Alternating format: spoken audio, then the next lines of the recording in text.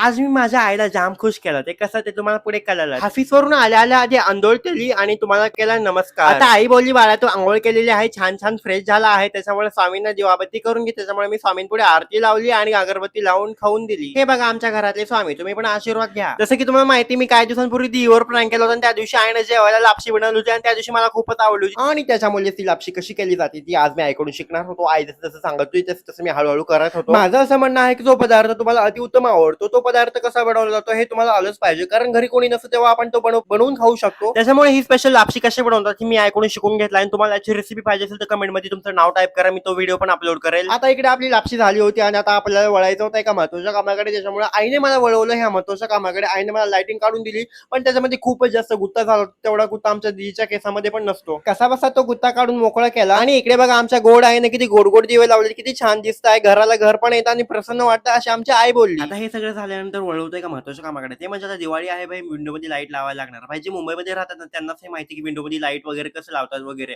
जे गावाकडे राहतात ते सगळ्या पूर्ण घरावर लावतात, लाईट लावतात, दिवे लावतात वगैरे वगैरे. त्याच्यामुळे गावाकडची दिवाळी एक नंबर असते. इकडे पूर्ण बिल्डिंगवर लाईट लावायला बिल्डिंग पण आपल्या बापाची पाहिजे. हॉलमध्ये लाईट लावून झालं, किचन मध्ये लावायला आई म्हणजे नको लावू, एक कानाखाली दे म्हणलं चालेल, नंतर दे पण आधी लाईट लावू. किचन मध्ये यासाठी लाईट लावत होतो जेव्हा आई स्वयंपाक बनवून तिला पण छान वाटेल, तिला पण वाटेल की दिवाळी आहे म्हणून. अशा पद्धतीने आपल्या लाईट लावून झालेल्या आहेत. आता आपण चालू करून बघूत लाईट कशा दिसत आहे. ही आहे आमच्या हॉलची लाईट. ही मला जास्त मोठी नव्हती त्याच्यामुळे कमी लावलेली, पण खूपच छान दिसत होती. फर्स्ट टाइम आम्ही अशा विंडो मध्ये लाईट लावल्या होत्या. हे बघा आमचे स्वामी आणि त्यांच्या कडाला लाईट खूपच छान दिसत होतं. आता बाहेर येते किचन. आता ही बघा किचनची लाईट. मला तर हॉलपेक्षा जास्त किचनची लाईट आवडली ना. आईला तर इतकी जाम आवडली ना, आई तर जास्त खुश झाली, जास्त खुश झाली. मला तर चापट पण नाही मारली. आई म्हणली थँक्यू सो मच. आणि तुम्हाला हॉलची आवडली की किचनची आवडली कमेंट मध्ये नक्की सांगा. Thank you so much for watching. Happy Diwali in advance.